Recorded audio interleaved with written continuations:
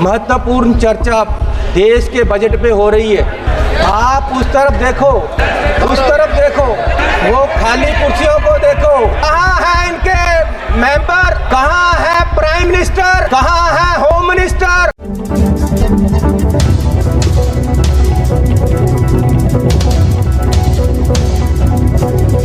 सदन में मंत्री बिट्टू और कांग्रेस के सांसद चरणजीत सिंह चन्नी के बीच जमकर हुई जुबानी जंग के बीच राहुल गांधी ने किया बिट्टू को इशारा।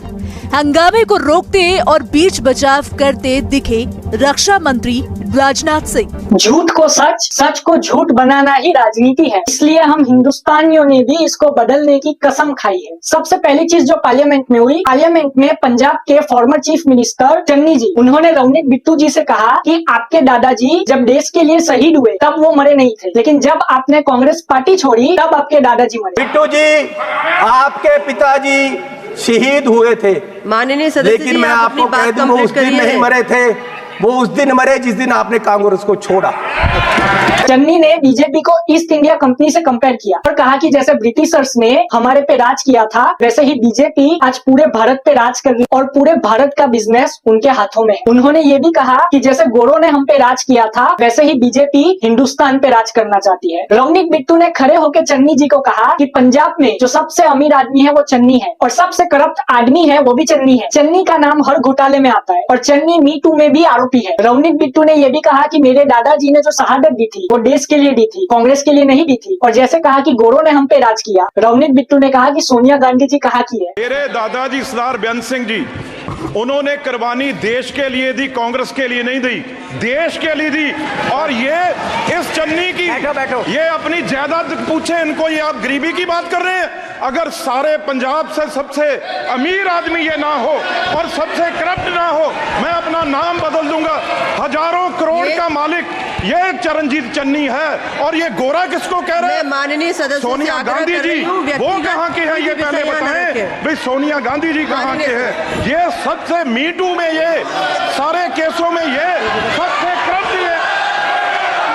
कुछ टाइम पहले जो कि कांग्रेस में थे और कांग्रेस के गुणगान गा रहे थे रवनीत बिट्टू, आज वही कांग्रेस की मुखर आलोचना कर रहे हैं। रवनीत बिट्टू गुस्से में आके चन्नी जी के पास जा रहे थे, तब राहुल गांधी जी इशारा करके कह रहे थे कि आओ आओ, लेकिन राजनाथ सिंह जी ने रवनीत बिट्टू को रोक लिया और उनको वापस अपनी जगह पे जाने के लिए कहा, जिसकी वजह से बहुत ही बड़ी फाइट होने से बच गई और ये हमारे सदन के लिए बिल्कुल भी अच्छा नहीं। इसके बाद सदन को स्थगित करना पड़ा। नेक्स्ट टॉपिक है कोलकाता हाईकोर्ट के फॉर्मर जज जो कि बीजेपी में ज्वाइन हुए, गंगोपाध्याय। उसमें गौरव गोगोई उनको डिस्टर्ब कर रहे थे। उन्होंने गौरव गोगोई को कह दिया, do not talk like stupid sir. Gaurav Gogoi अगर राहुल गांधी संसद में नहीं है तो वो लीडर ऑफ अपोजिशन। इस पे विपक्ष भड़क गया और उन्होंने बीजेपी के एमपी से, जो कि तमलुक से चुन के आए हैं वेस्ट बंगाल से, उनको माफी मांगने के लिए कहा। उसके बाद संसद में खुद ओम बिरला जी को आना पड़ा इस विषय पे बात करने के लिए और ओम बिरला जी ने गौरव गोगोई से पूछा कि आप बताइए कौन सा शब्द इन्होंने प्रयोग किया जो कि असंसदीय है। गौरव गोगोई ने स्पीकर से कहा कि मार्शल से पूछ लीजिए या तो रिकॉर्ड में देख लीजिए, मैं वो शब्द प्रयोग करके आपकी और संसद की गरिमा को नीचे गिराना नहीं चाहता। लगता है जज साहब पार्लियामेंट को अपना कोर्ट रूम समझ गए। वहीं पे बहुत सारी बात हुई कि बांग्लादेश से घुसपैठी आ रहे और घुसपैठी झारखंड और वेस्ट बंगाल में आ रहे, वहाँ पे हिंदुओं की जमीन को छीन रहे, फिर हिंदुओं पे अत्याचार हो रहे, हिंदू महिलाओं के साथ वो शादी कर रहे। मुझे ये बात जाननी है कि घुसपैठ हो रही है तो ये तो सेंट्रल गवर्नमेंट के हाथ में आता है। अगर बांग्लादेश से घुसपैठ हो रही है इंडिया में तो इसको रोकने की जिम्मेदारी किसकी होती है? सेंट्रल गवर्नमेंट की। स्टेट गवर्नमेंट की तो जिम्मेदारी होती नहीं है। तो सेंट्रल गवर्नमेंट जो कह रही है कि बांग्लादेश से घुसपैठी आ रहे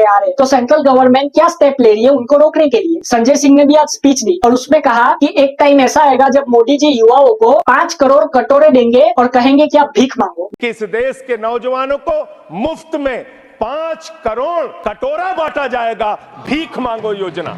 भीख मांगो योजना लाने का काम ये लोग करेंगे। जब युवाओं ने मोदी जी से नौकरी मांगी तब मोदी जी ने कहा कि पकोड़े करो और उन्होंने बजट की बहुत सारी खामियां भी बताई। एक बात जो उन्होंने कही, उन्होंने कहा कि जेल का बजट तो बढ़ा दीजिए, जेल का बजट 300 करोड़ है, हमको तो आपने जेल में डाला था, आपकी भी बारी आएगी जेल में जाने की, इसके लिए जेल का बजट बढ़ा दीजिए। इस पे हंसते हुए वाइस प्रेसिडेंट ने भी जेपी नड्डा जी से कहा कि आप जेल का बजट बढ़ा दीजिएगा। राघव चड्ढा ने भी आज पार्लियामेंट में स्पीच दी और बजट की खामियां गिनाई। उन्होंने कहा कि हमारा जो बजट है उसमें जो जनता है वो इंग्लैंड के बराबर टैक्स दे रही है और जो सर्विस है वो सोमालिया के बराबर मिल रही है। सरकार जनता से टैक्स तो लेती है लेकिन देती कुछ भी नहीं है। राघव चड्ढा ने कहा कि बीजेपी की 240 सीट आने का कारण जो है वो 3 ही कारण, वो है इकोनॉमी इकोनॉमी इकोनॉमी, क्योंकि बीजेपी ने इकोनॉमी पे ध्यान नहीं दिया। आज महंगाई अपने चरम सीमा पे है, बहुत सारे बेरोजगार है, छोटी छोटी नौकरियों के लिए लाखों करोड़ों आवेदन आ रहे, पुलिस कांस्टेबल की नौकरी हो या क्लर्क की नौकरी, लाखों लोग आवेदन दे रहे। और उस पर ही राघव चड्ढा ने कहा कि यही वजह है कि रूरल एरिया जो कि गांव का एरिया है वहां पे बीजेपी ने अपनी पकड़ खो दी है और गांव के एरिया में बीजेपी को बहुत सारे वोटों का नुकसान हुआ है। कंगना रनौत जी ने आज अपनी पहली स्पीच दी और मैंने पहली बार उन्हें लॉजिकल बात करते हुए सुना। उन्होंने हिमाचल और मंडी के मुद्दे उठाए और कहा कि हिमाचल में हिमाचल का जो कल्चर है और हिमाचल की जो इंडस्ट्री है वो स्लोली खत्म होती जा रही है और हिमाचल के लिए हमको सोचना होगा कि कैसे मंडी और हिमाचल का विकास हो। यही मेन मुद्दे पार्लियामेंट में उठाए गए। आप अपनी राय कमेंट में जरूर बताएं। जय हिंद।